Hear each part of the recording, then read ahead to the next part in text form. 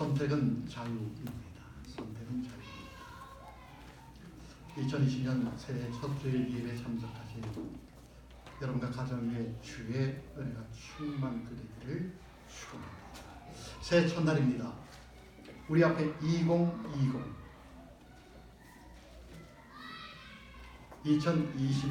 365일 그리고 시간으로는 8760시간이 펼쳐져 있습니다. 맞죠? 정말 마치 사한 눈으로 덮인 대지처럼 미지의 2020년이 우리의 발자국을 기다리고 있습니다. 그것을 향해서 우리가 어떤 발걸음을 뛰느냐, 어떻게 내딛느냐에 따라 우리 인생의 1년 동안의 인생이 좌우될 것입니다. 또한 이것들이 모아져서 우리 미래를 펼치게 될 것입니다. 이렇게 생각하니까 우리가 내딛는 하루하루 순간순간의 발걸음들이 얼마나 중요한지 모르겠습니다. 발걸음을 내딛는다는 것은 선택한다라는 뜻입니다. 그래서 인생은 선택으로 만들어져 간다라고 말할 수 있을 것 같습니다. 물론 우리 인생 가운데는 선택의 여지가 없는 것도 있긴 합니다. 예를 들면 나의 부모, 내가 태어난 배경, 혈통, 가문 뭐 이런 것들은 내가 선택할 수 없습니다. 그럼에도 불구하고 우리 인생에는 선택할 수 있고 선택해야만 하는 것들이 참 많습니다. 그때마다 우리가 얼마나 지혜롭게 선택하느냐에 따라 우리 인생이 좌우되겠지요. 여러분 현재 나의 모습을 한번 관찰해 보십시오. 어떻습니까? 내 모습이 만족스럽습니까? 이만하면 됐습니까? 그렇다면 아마도 나는 지혜로운 선택을 하며 살아온 것이 아닐까 그렇게 생각이 듭니다. 하지만 약간 부족한 모습입니까? 내가 보기에도 약간 부족한 모습입니까? 그렇다면 이제부터는 올바른 생각, 올바른 선택을 하며 살아갈 수 있는 여러분이 되시길 축원합니다. 순간의 선택은 하루를 좌우할 수 있고 1년을 좌우할 수 있습니다. 심지어 일생을 좌우할 수도 있고 영원까지도 좌우할 수 있습니다. 선택이 그렇다는 것이죠. 그래서 선택은 순간이지만 결과는 영원하다라고 19세기 영국의 역사학자 토마스 카일이 말했죠. 여러분 또한 선택은 씨앗과도 같습니다. 심는 대로 거두는 것처럼 선택한 대로 인생을 거두게 된다라는 뜻이죠. 오늘 본문은 아브라함과 롯에 대한 이야기입니다. 아브라함과 롯은 삼촌과 조카 사이입니다.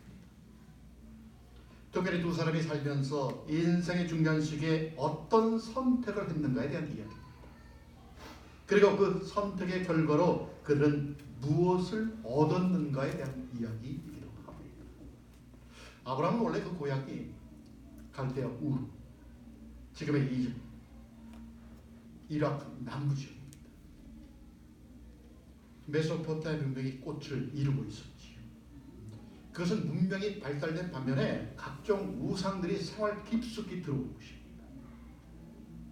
그리고 아브라함의 아버지 데라는 그런 우상들을 만들어 파는 우상장자였습니다. 그러니까 데라는 누굽니까? 하나님을 몰랐던 사람입니다. 하나님을 몰랐던 뿐만 아니라 우상을 만들어 파는 우상장사의 집안의 자녀였어요. 그런데 여러분 그 아브라함이 믿음의 조상이 되었습니다. 여러분 기적 아닙니까? 아니 내가 우상을 팔던 사람, 그런 아버지를 두었던 사람인데 내가 하나님께 택함을 받아서 믿음의 조상이 되었다? 기적입니다. 우리는요? 저는 제가 생각하기에도 제가 하나님을 믿고 이렇게 하나님의 말씀을 대언할 수 있는 이 자리에 쓴 것 자체가 기적입니다. 하나님의 간섭하심이고 하나님의 은혜이지. 하지만 여러분 이 기적이 이루어지기까지는 아브라함의 선택이 있었습니다. 평양감사도 지 싫으면 안 하잖아요. 대통령도 지 싫으면 안 하잖아요. 그런데 아브라함은 선택의 순간에 옳은 선택을 했다라는 것입니다. 그래서 하나님이 선민 이스라엘을 세우시고자 아브라함을 불렀습니다. 택하여 불렀죠. 그리고 아브라함은 그 부르심 앞에 순종하는 선택의 결단으로부터 믿음의 조상으로의 역사가 시작이 되었습니다. 그래서 여러분 참 무엇을 내가 선택한다는 것은 쉽지 않습니다. 갈등이 생기죠. 왜냐하면 내가 무엇을 선택한다는 것은 선택하지 않은 것을 포기해야 된다는 거예요. 물론 많은 것 중에 고르는 선택이 있을 수 있습니다. 상업적인 선택. 여러 가지 물건이 나열되어 있는데 여러 가지 물건 중에 내가 좋아하는 것을 고를 수 있는 것. 뭐 신발을 고르고 옷을 고르고 액세서리를 고르고 그래서 마음에 안 들면 다시 바꾸고. 하지만 둘 중에 하나를 고르고 고르지 않은 것을 포기해야만 하는 경우에는 참 선택하기가 쉽지가 않습니다. 여러분 그런 경우도 있지 않습니까? 두 가지 중에 하나를 선택하면 선택한 것은 내가 같지만 선택하지 않은 것은 포기해야 돼. 이것도 좋고 저것도 좋은데 둘 중에 어느 것을 택할까 고민될 때가 참 많잖아요. 그럴 때는 참 선택하는 것이 쉽지 않습니다. 오늘 본문에 나오는 아브라함이 그랬죠. 자기가 살던 곳을 떠나서 다른 곳으로 가야만 하는 그 삶의 모습 얼마나 힘들었을 거예요. 다 내려놓고 가야 되죠. 내가 갖고 있던 거 다 내려놓고 떠나야 되죠. 여러분 우리 이민 왔잖아요. 이민 오는 것이 쉽습니까? 쉽지 않습니다. 내가 가지고 있던 것들 모든 것들을 다 내려놓고 와야 합니다. 혈연도 친구도 집도 다 내려놓고. 그래도 아브라함은 하나님의 뜻에 순종에 따라서 고향과 친척과 본토를 버리고 가나안 땅으로 들어왔습니다. 하나님의 부르심 앞에 순종한 것이죠. 그런데 순종해서 막상 가나안 땅에 들어가니까 쉽지 않습니다.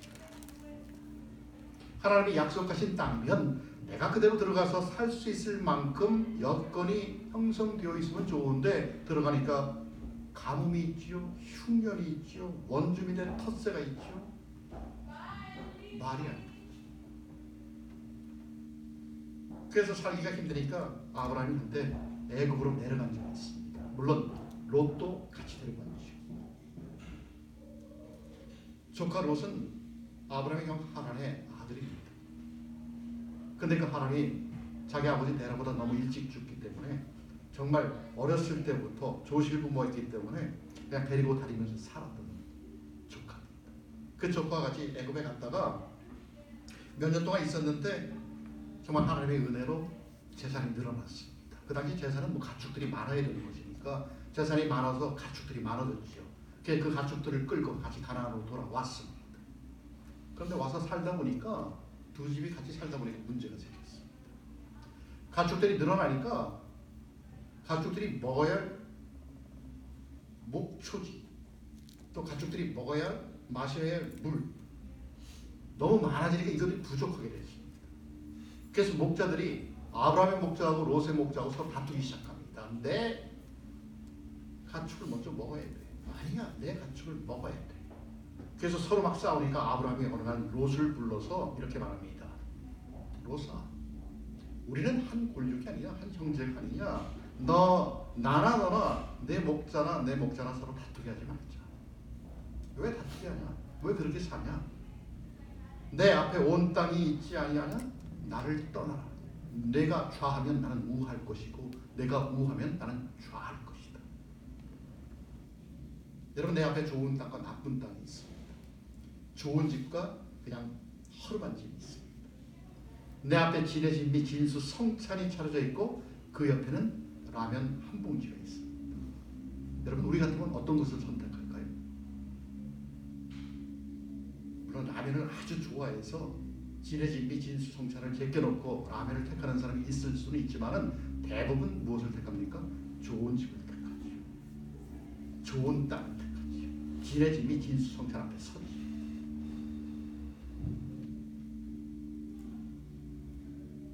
하지만 아브라함은 롯에게 그 선택권을 넘깁니다. 자기가 분명히 삼촌인데 어른이잖아요. 자기가 선택할 수도 있죠. 근데 그 선택권을 롯한테 넘겨줍니다. 그러면서 내가 눈으로 보는 이 땅 중에서 어느 땅이든지 차지하면 내가 그 땅을 너에게 줄 것이고 나는 내가 차지하지 아니한 그 땅으로 갈 것이다. 여러분 대범하지 않습니까? 내 눈앞에 좋은 것들이 보이는데 그것을 포기하고 선택권을 다른 사람에게 넘겨줄 수 있다는 그 믿음. 이 말을 들은 롯이 그래요? 얼른 물이 많고 평지고 목초지가 풍성한 요단 들판을 찾으라. 삼촌 나 여기 갈게요. 여러분 인간적으로 경우가 있는 사람이라면 삼촌은 저를 어렸을 때부터 아버지처럼 대해주었죠. 저를 키워주었잖아요. 그러니까 삼촌이 먼저 가줘야지. 어떻게 제가 갔습니까? 먼저 택하셔야죠. 제가 남는 땅으로 가겠습니다. 여러분 그게 정상 아닙니까? 사람이라면 그래야 되는 거 맞는 거 아닙니까? 그래야만 마땅함에도 불구하고 롯은 욕심이 많고 탐욕에 눈이 어두워서 자기가 얼른 좋은 땅을 차지해 버립니다. 그래서 아브라함은 가나안 땅을 택했고 롯은 물 많고 평지 목초지가 풍부한 요단 들판을 차지합니다. 여러분 아브라함과 롯의 선택의 근본적인 차이가 어디에 있었을까요? 그 선택의 동기가 어디에 있었을까요?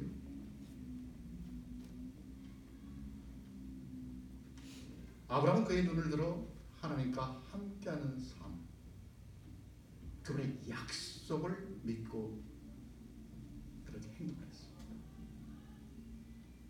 가나안 땅을 준다고 했잖아요. 그 약속을 믿었던 것이죠. 롯은 그의 욕심의 눈을 통하여 세상적인 가치, 눈에 보이는 가치를 택해버렸습니다. 이것이 바로 하늘에 속한 영혼과 이 땅에 속한 영혼의 선택 방법입니다. 또한 아브라함은 선택을 할 때 자신보다 남을 먼저 생각하는 관대함을 보여주었지만 자신의 이득만을 생각했던 롯은 아브라함이 양보한 선택의 권리를 먼저 차지하는데 조금도 두려워하지 않습니다. 주체하지 않죠. 주저하지 않고 얼른 닦아집니다. 셀피시, 이기적인 마음이 많죠. 그래서 육신에 속한 자와 신령한 신자 사이의 차이가 여기에 있다는 것이에요. 여러분 왜 그럴까요? 왜 이런 현상이 생길까요? 아브라함도 하나님을 믿고 롯도 하나님을 믿는 사람인데 똑같이 하나님을 믿는 사람들인데 왜 이런 차이가 날까요? 똑같이 교회를 다니는 사람들인데 왜 다른 선택을 하며 살아갈까요? 똑같이 예수를 믿으며 신앙생활하는데 왜 만날 나는 손해보고 저 사람은 이익을 볼까요? 사는 목적이 달라서 그렇습니다. 예수를 믿어도 사는 목적이 다르면 그렇게 됩니다. 아브라함은 살아도 주를 위해 살고 죽어도 주를 위해 사나 죽으나 사나 주의 뜻대로 살았습니다. 목적이 분명했죠. 그런데 롯은 전혀 그런 생각 없이 땅을 보아도 자기 욕심으로 하늘을 보아도 자기 생각으로 모든 것을 다 자기 탐으로 봤어요. 다른 사람 신경 안 씁니다. 삼촌 안중에도 없어요. 나만 잘 살면 되지요. 선택을 해도 전부 나를 줍니다. 여러분 우리는 어떨까요? 저와 여러분은 어떨까요? 가끔 그렇게 하잖아요. 맨날은 아니어도 가끔 그렇게 합니다. 저도 그래요.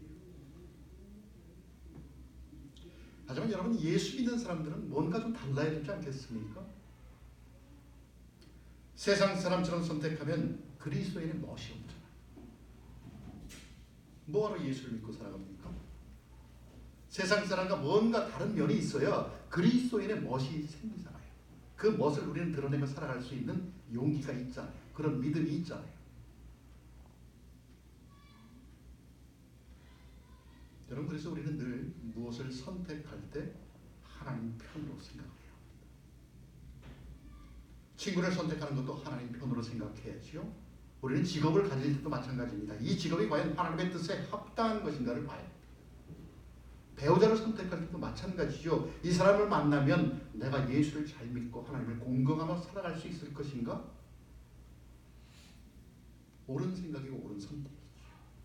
거지를 선택하더라도 내가 살아가는 곳을 선택할 때도 정말 자연 환경도 보아야겠죠. 하지만 하나님을 공경하고 영적으로 살아가는 장소인가 이런 것도 보아야 합니다. 내가 만나는 사람이 하늘의 소망을 두고 살아가는 사람인지, 내가 만나는 사람이 늘 불평만 하는 사람인지, 그래서 나 또한 가진 것이 많음에도 불구하고 가진 것을 다 쓰지도 못하면서 없는 것을 가지려고 하는 불평이 내 마음속에 있지는 않는지 하나님 편으로 생각해야 된다는 것입니다. 그럴 때 우리는 올바른 선택을 할 수 있고 영적인 선택을 할 수 있다라는 것입니다. 그래서 아브라함은 자기 조카 롯에게 내가 좌하면 나는 우를 할 것이고 내가 우하면 나는 좌를 할 것이다. 여러분 얼마나 멋있습니까? 얼마나 멋있어요. 예수를 믿어도 이 정도는 돼야 되지 않습니까? 영안이 열려 있었던 것이지요. 보는 눈이 달랐던 것이지요. 보는 세계가 달랐습니다. 믿음으로 세상을 보았고 믿음으로 하늘을 보았고 믿음으로 자기를 보았습니다. 직업과 지위와 명예와 재산 그 어떤 것도 그런 초월할 수 있는 믿음이 있었다는 이야기입니다. 왜 그랬을까요? 하나님의 약속이 있었기 때문입니다. 하나님이 아브라함을 부를 때 약속을 주셨죠. 너는 큰 민족을 이룰 것이다. 너의 이름은 창대케 될 것이다. 그리고 너는 복의 근원이 될 것이다. 아멘. 여러분 이것보다 큰 약속이 어디 있습니까? 아브라함은 이것을 믿은 것이죠. 이 큰 약속을 믿었습니다. 여러분 우리가 예수를 믿으면 하나님께서 약속을 주십니다. 어떤 약속을 주십니까? 영접하는 자, 곧 그 이름을 믿는 자들에게는 누가요? 하나님의 자녀가 되는 권세를 주신다고 말씀합니다. 여러분 이것보다 더 큰 약속이 있습니까? 하나님의 자녀인데 이 땅을 창조하신 하나님이 내 아버지인데 나는 그분의 자녀인데 이것보다 더 큰 약속이 어디 있습니까? 더 큰 은혜가 어디 있습니까? 더 큰 선물이 어디 있습니까? 그래서 하나님을 중심에 모시는 사람은 이 세상이 작게 보입니다. 작아요. 아주 작게 보입니다. 그런데 내가 예수를 믿어도 하나님을 중심에 모시지 않으면 이 세상이 자꾸 크게 보이고요. 그 앞에 때로는 비굴해질 때가 있습니다. 여러분 우리 예수 믿는 사람이잖아요. 저와 여러분 예수 믿는 사람입니다. 저와 여러분이 의로워서 의롭다고 말합니까? 아니면 주님이 우리를 의롭다고 칭해 주셨기 때문에 우리는 의롭습니다. 우리는 의로운 사람입니다. 그래서 예수 그리스도의 의로 충만한 사람은 세상을 보는 것이 아니라 세상을 만드신 하나님을 보게 되어 있습니다. 세상을 보는 것이 아니라 세상을 만드신 하나님. 그래서 시기하지 않고요, 질투하지 않고요, 남을 정죄하지 않고요, 용서하면서 허물을 덮어줍니다. 그런 사람은 세상 가치 기준에 흔들리지 않고요, 남이 가지고 있는 것, 누리고 있는 것, 그 어떤 사람의 것에도 흔들리지 않는 담대함이 있습니다. 왜요? 하나님이 내 아버지입니다. 여러분 이것이 행복이 아닙니까? 여러분 이것이 행복이 아닙니까? 주님이 무엇이라고 말씀입니까? 우리의 생각과 마음을 지켜주신다고 말씀하십니다. 자족하는 것, 화평하게 사는 것, 이것이 행복이죠. 아브라함이 바로 그 행복을 알았던 것입니다. 어떻게 사는 것이 행복한 것이냐? 자족하며 화평하게 사는 것이 행복한 것이라는 것을 아브라함은 알았다는 거예요. 그래서 롯에게 말하지요. 나나 너나 내 목자나 내 목자나 서로 다투게 말자. 야, 우리가 왜 그렇게 살아야 되니? 왜 우리가 그렇게 살아야 돼? 우리 그렇게 살지 말자. 여러분 다투고서는 마음이 편안하지 않습니다. 여러분 부부싸움 한번 해보십시오. 다투니 편안합니까? 불편합니다. 한번 다투고 나면 이것을 어떻게 풀지?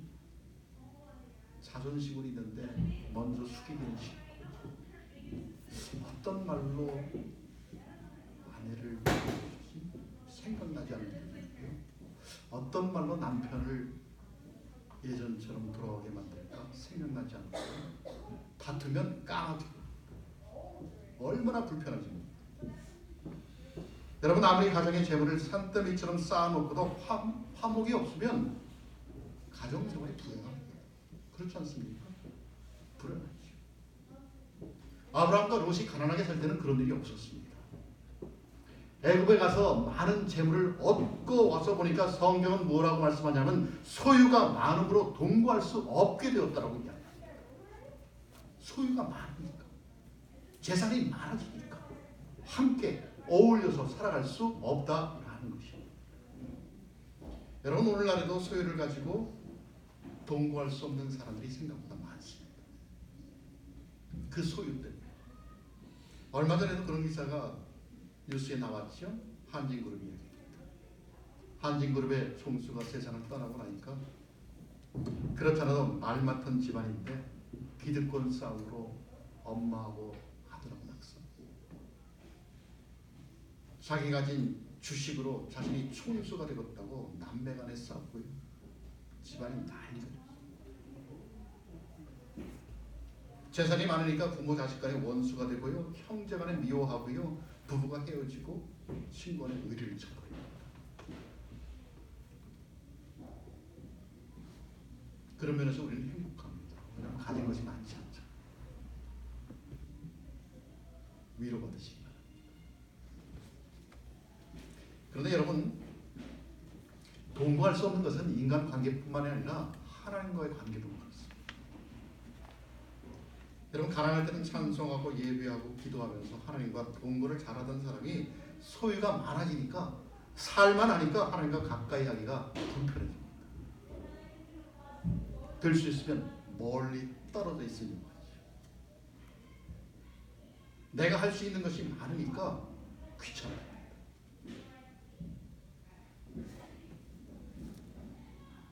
여러분 소유가 많음으로 동거할 수 없다?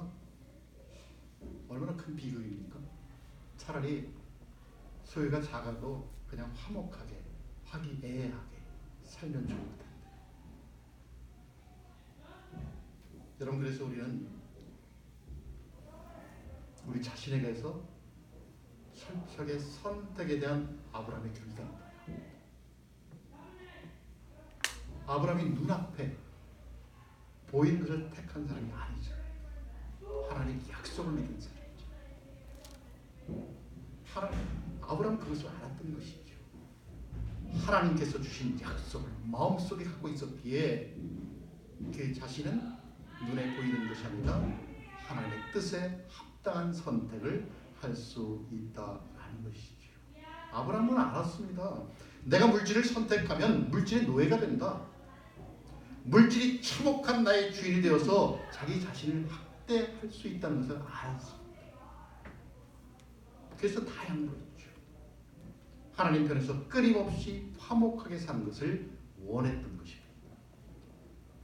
옛날 어느 고을에 우애가 좋기로 소문난 형제가 있었습니다. 하루는 형제가 길을 가다가 금덩이를 발견합니다. 먼저 본 사람은 형이고 금덩이를 주운 사람은 동생입니다.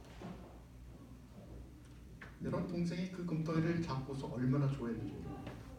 흥분하고 그때 형의 마음속에 이런 생각이 듭니다. 동생이 없었으면 저거 내 건데 내가 먼저 받자. 그러면서 마음이 편치 않죠. 그런 마음이 들어오니까.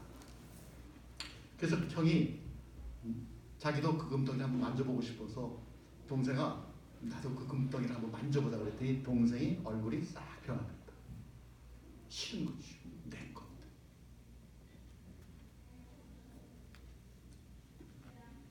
그때 형제가 이제 길을 가다가 강을 만나서 나룻배를 타게 되었습니다. 나룻배를 타고 가다가 형이 동생에게 금덩이를 한번 보자고 이야기합니다. 그래서 동생이 형한테 금덩이를 주니까 그 형이 금덩이를 그대로 강물 속에 버립니다. 아니 형님 어떻게 그 금덩이를 버릴 수가 있어요? 그때 형이 이렇게 말을 합니다. 야, 우리 형제는 저 정말 남들이 부럽지 않은 화목한, 화해한 그렇게 살았는데 금덩이 때문에 마음이 불타. 이런 금덩이 때문에 서로 미워하고 산 것보다 차라리 없는 것이 낫지 않겠냐? 여러분 어떻게 생각하십니까? 그럼에도 금덩이 갖는 사람이 있긴 있지요. 그래서 성경 잠언 17장 1절에 보면 이런 말씀이 있습니다. 마른 떡 한 조각만 있고도 화목하는 것이 육선이 집에 가득하고 다투는 것보다 나으니라. 마른 떡 한 조각을 먹으며 화목하게 지내는 것이 진수성찬을 차린 집에서 다투며 사는 것보다 낫다라는 이야기입니다. 여러분, 우리는 때로 양보하고 희생하면 내가 손해보는 것처럼 생각할 때가 참 많습니다. 뭐 당장은 손해보니까. 남을 배려하고 남 뒤에 서 있으면 내가 비춰지는 것처럼 생각이 들 때가 많습니다. 또 다른 사람을 높여주고 나를 낮추면 손해보는 것 같아서 그렇게 잘 하지 못합니다. 근데 세상은 그런 사람이 있으면 바보 취급을 해갖고 받는 사람은 항상 받고요, 주는 사람은 항상 주는 역할만 합니다. 근데 여러분 정말 그럴까요? 여러분 생각에 그런 사람이 정말 바보일까요? 바보라서 그렇게 행동을 할까요? 바보라서 남을 위하며 살아갈까요? 짧게 볼 때는 그런 사람이 바보처럼 보이지만 길게 보면 이런 사람이야말로 삶의 고수입니다. 아주 고단적이에요. 이런 사람은 시간이 지나면 지날수록 남에게 인정받고 좋은 사람이라고 칭을 받을 수밖에 없어요. 시간이 넘치죠. 여러분 살면서 혹시 이런 멋진 바보를 만나신 적이 있습니까?